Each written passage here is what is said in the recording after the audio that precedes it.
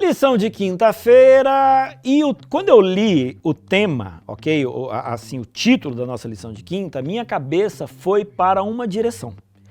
Quando eu comecei a ler a lição, eu descobri que não tinha nada a ver com o que eu tinha pensado. Mas eu queria compartilhar com vocês o que eu pensei. Olha só, pastoreando o pastor. De repente você olha para o pastor da tua igreja e você fala assim, não, esse homem aí é um homem que ele é forte, ele sabe falar em público, ele tem uma família super organizada, ele tem um salário que de repente dá com que ele tenha uma vida razoável de vida, e aí então você começa, né? E muitas vezes os irmãos, eles dependem totalmente do pastor em termos espirituais e em uma série de outras questões e problemas, e está tudo certo. O pastor, ele é pago para isso, ele foi chamado para isso, ele deve atender os irmãos da sua comunidade. Só que eu queria fazer um apelo para você. Pastoreie o seu pastor. Nós, como pastores, nós temos problemas, nós temos tentações, às vezes a gente está lá pregando, mas a gente está chorando internamente pelos nossos problemas e muitas vezes a gente tem dificuldade de poder abrir o coração para alguém. Então, quando eu estou na igreja, e alguém vai lá e fala assim, pastor, eu oro pelo seu ministério.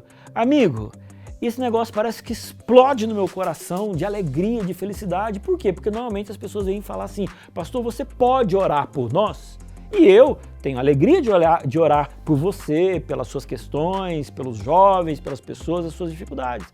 Mas a gente como pastor também precisa ser pastoreado. Essa é a primeira coisa e foi o que eu pensei. Agora, o que a lição está falando? Está falando que na história da Igreja Adventista do Sétimo Dia, no início, quando teve o grande explosão, boom, do crescimento da igreja, funcionava mais ou menos o seguinte. O pastor ia para um bairro onde não tinha presença adventista, formava uma comunidade, treinava essa comunidade, a comunidade entendia que agora a igreja fazia parte da vida deles e eles da vida da igreja, e aí então depois que aqueles cristãos estavam maduros, o pastor saía, ia para um outro bairro e esses irmãos aqui continuavam fazendo o trabalho.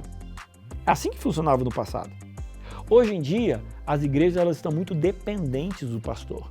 Ah, o pastor que tem que pregar, o pastor que tem que decidir, o pastor que tem que correr atrás, o pastor que tem que dar estudo bíblico, o pastor tem que fazer isso, tem que fazer aquilo. E às vezes os nossos queridos irmãos estão assim bem tranquilos. Não, isso é coisa do pastor. Não. A gente precisa entender que o ideal é que a liderança da igreja assuma a liderança da igreja com o aval e com o conselho do pastor, mas que o pastor ele esteja mais livre para continuar abrindo outras igrejas, para poder pregar em lugares onde sejam necessários e não simplesmente ficar alimentando aqueles que já estão nos nossos bancos, entendeu? Então, eu acho que quando eu entendo que eu não sou pastor, mas eu sou um chamado de Deus, eu sou um sacerdote, posso fazer diferença na minha comunidade, eu tenho certeza que a soma da ajuda de muitos vai ser muito melhor para todos. Então que Deus possa abençoar a sua igreja, a sua comunidade e se sinta chamado. Dependa do pastor, apenas um conselho, mas a ação vai para a ação. Converse com ele e faça o seu melhor.